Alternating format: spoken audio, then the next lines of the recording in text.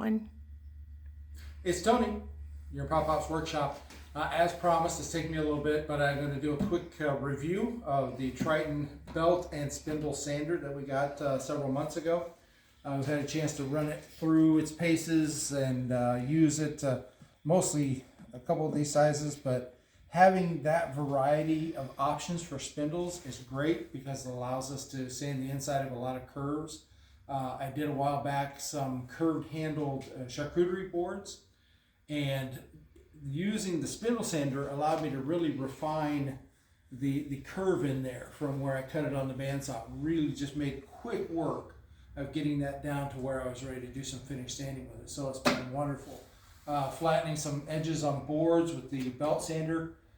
Again, so quick at removing that. Now, right now we've just got 80 grit paper on everything, so eventually we'll upgrade to higher grits. But what I find I use this most for is in rough sanding, getting down to the line. If I've got a scribe line or if I've got some rough curves I need to refine, that's what I'm using this machine mostly for, is rough sanding. So the detail sanding, I still use my hand sanders, the Metabo random orbit sander.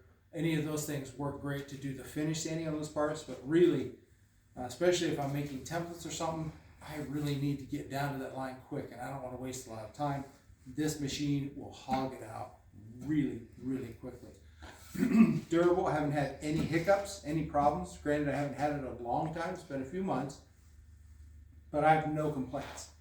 I know sometimes you might think, do I want to spend the money? And I guess the recent price I saw on the rigid variant of this was $330. I paid almost $100 less than that for this machine at our Woodcraft in Iowa City. So if you're thinking about any of the variants, do some price shopping. When I did, I think the only one that was less expensive was the Bauer from Harbor Freight.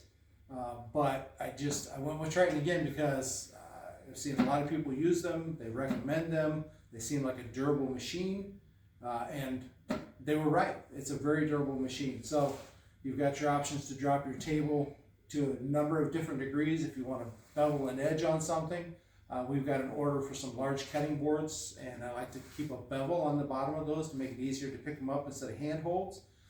So that's going to allow me to drop this table to 45, run that big monster cutting board through there, and just sand that edge nice and flat. So it's going to get a workout here coming up. So one of the other features, if you have a bigger shop, we have a shop vac with a dust topper separator. So this just hooks right on there with the normal hookups fairly easily.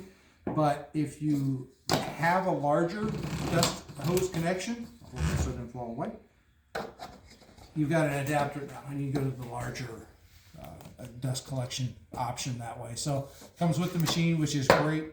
Your different rings for your different spindle sanders, so you got a zero clearance inserts on all of those. Again, I have no complaints. It's been a wonderfully hard-working machine in the shop.